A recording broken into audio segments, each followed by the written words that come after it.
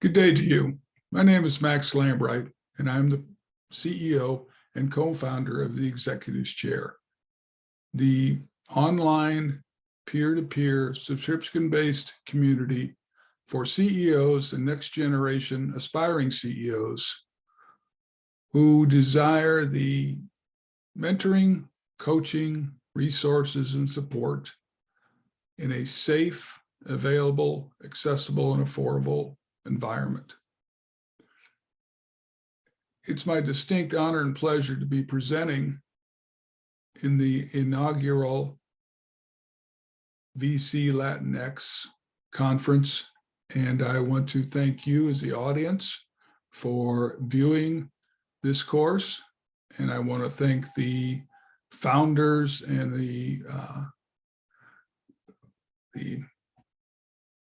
leaders that have conceived of and put this conference together, specifically Deb Dietz, Ram Gayeso, and Bill Hasse, and express again my deep appreciation and honor for being part of this and sharing a little bit about my journey and the lessons I've learned, the lessons I haven't learned yet, and be able to share some of those nuggets with you along this roadmap to business success. I'm an 8-time CEO, and as I said, I've learned a lot of lessons and had some real successes and some not so successful. And the intent of this course, the CEO's roadmap to world-class status,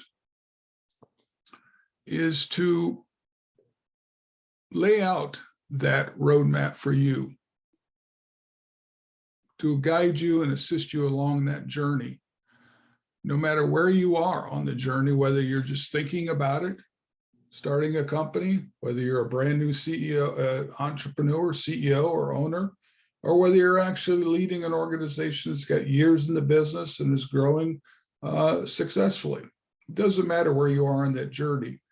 The things that we're going to be sharing in this course, the things I'll be talking about, the lessons that I'll be presenting, and the exercises and the workbook that we'll be offering will work for you no matter where you are in that journey.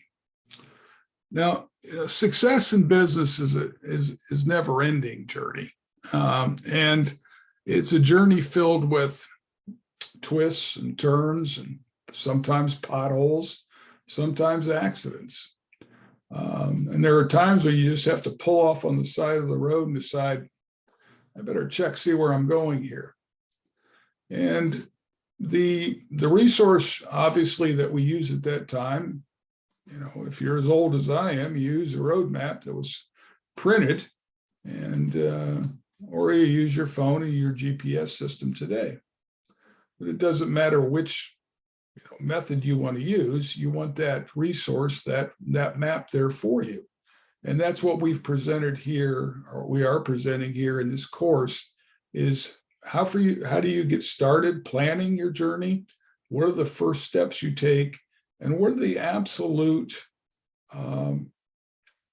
skills and actions that a CEO or an owner or leader must take to guide the organization to success? All right.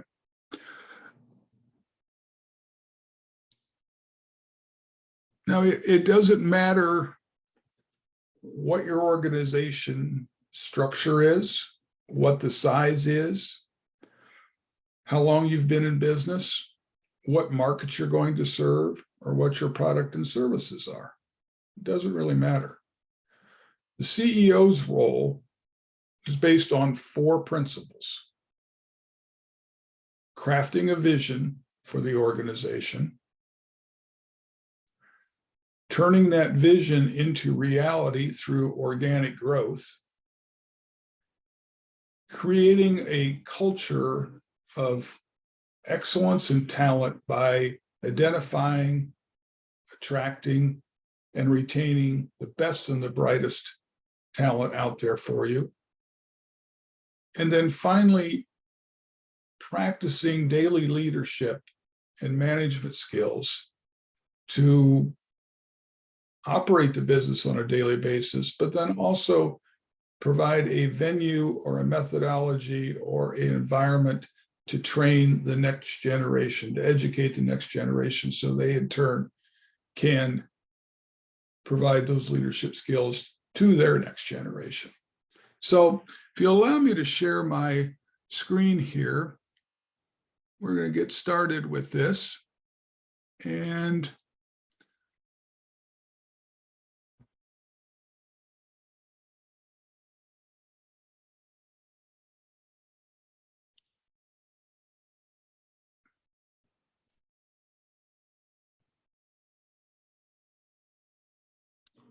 as I said, the company that I am affiliated with is called the Executives Chair. And I've developed this roadmap to a world-class company based on over 45 years of experience. I'm now CEO for, like I said, for the 8th time. I've been a CEO of manufacturing companies, food processing companies, electrical components corporations, and professional service firms. So I've, served in a number of different marketplaces, a number of different verticals, and encountered a number of different challenges and opportunities. And basing this whole course, what we're sharing with you in these next few lessons, based on all that experience. Now, the CEO's role is one that has a lot of confusion out there, and not many people really understand, what a CEO does and what a CEO's responsibility really is. And let's clarify something very quickly. It doesn't matter what your title is in all reality. If you are the individual in charge of setting the direction for the corporation, for the business, and ensuring that at the end of the day, at the end of the quarter, at the end of the year, it's a profitable, successful business, then you are in essence the CEO.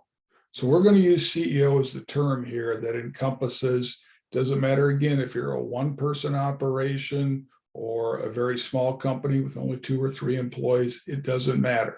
The person that's in charge is the person that we structured this course for and who we're talking to. So we're going to use that term to encompass everyone that has those responsibilities and is accountable for those kind of results.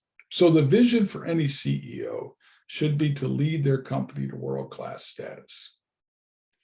And what we're going to talk about here is, how do you create and grow a world-class organization? We're going to explain really what it means to be a world-class company. And I'm going to spend some time talking to you about why it's so important to be world-class. All right. So first of all, what is a world-class company? Well, there's no, defined, there's no real definition of what a world-class company is, but over more than 4 decades, the things that have been very obvious to me is that world-class organizations are defined by 4 characteristics. And the first one is that they have a vision, the image of what the business wants to achieve or become.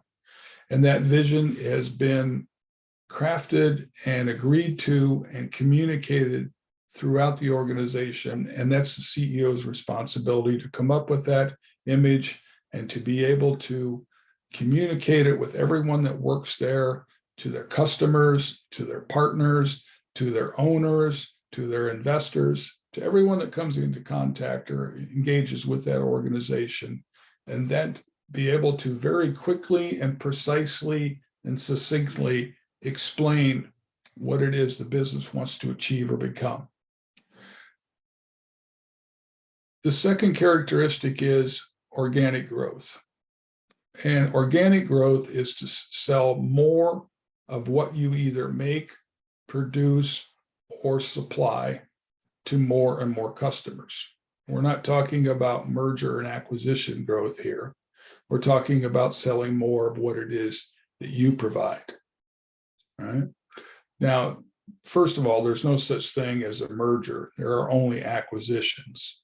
And that may be an opportunity for you down the road. But in the beginning, we're going to focus here on the organic growth and how you achieve and create and sustain profitable, scalable, sustainable organic growth. The third thing that a world-class organization is defined by is the culture. And that culture has to be an environment of talent and excellence. And again, these are all the CEO's responsibility. CEO has to take the lead on this and ensure that all of these characteristics are created or brought about within the organization.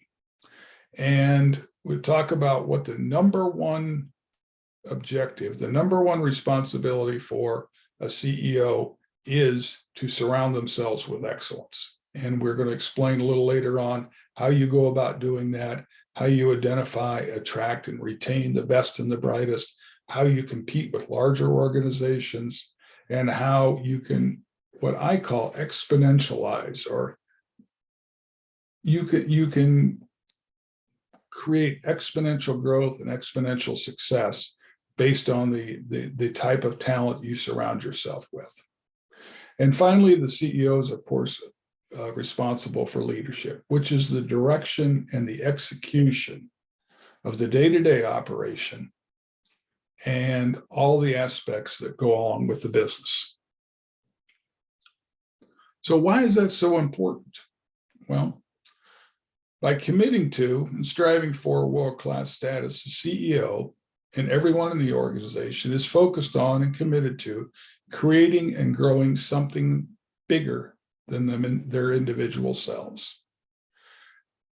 There's a statistic I want to share with you that in the United States, right now, 63% of employees are actually out looking for a new job.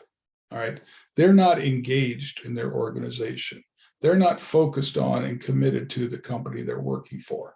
Yes, they're putting in the time. They're probably doing their job. It's a 40-hour job for a paycheck, but they're not committed to growing something bigger. Striving for world-class status, having everyone in the organization understand and engaged with and committed to growing something bigger than themselves is the secret to creating a culture of excellence and engagement. And in a few lessons, we're going to show you exactly how you go about doing that. All right. So there's 3 steps to creating a world-class company. And the roadmap, this roadmap will show you the way and be grounded by, there's some things we have to do up front.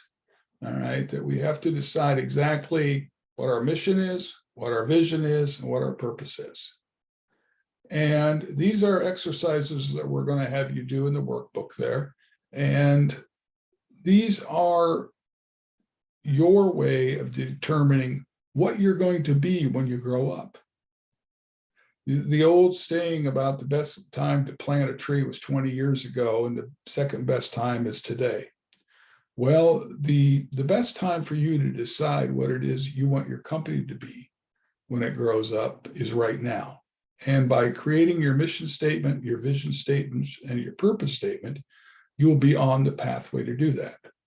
So the mission statement states what your company does. You don't want to be fancy about this. You just want to simply state what it is your business produces or provides. You want to state how your company does what it does. Are you a manufacturer? Are you a restaurant? Are you an airline? Are you a rideshare service? Are you a babysitting service? Whatever it is, whatever services you provide, but you have to put it out there because people don't know that. You have to share that with them. And you'll be surprised as your company grows, you'll have employees working for you for a couple of years that don't realize that you do some of the things that you do. So you need to lay that out there for everybody. And most importantly, you need to state why your company does what it does. Why did you start the business in the first place? All right. What is your passion for starting your company? That has to come from your heart as a CEO. And people will resonate with that. They will resonate with the emotion of that, and they will engage in the shared vision that you provide for them. Next step then is the vision statement. And that statement should aspire to be once you achieve your mission. Okay. What will you look like? All right. When you actually get to be where you want to go.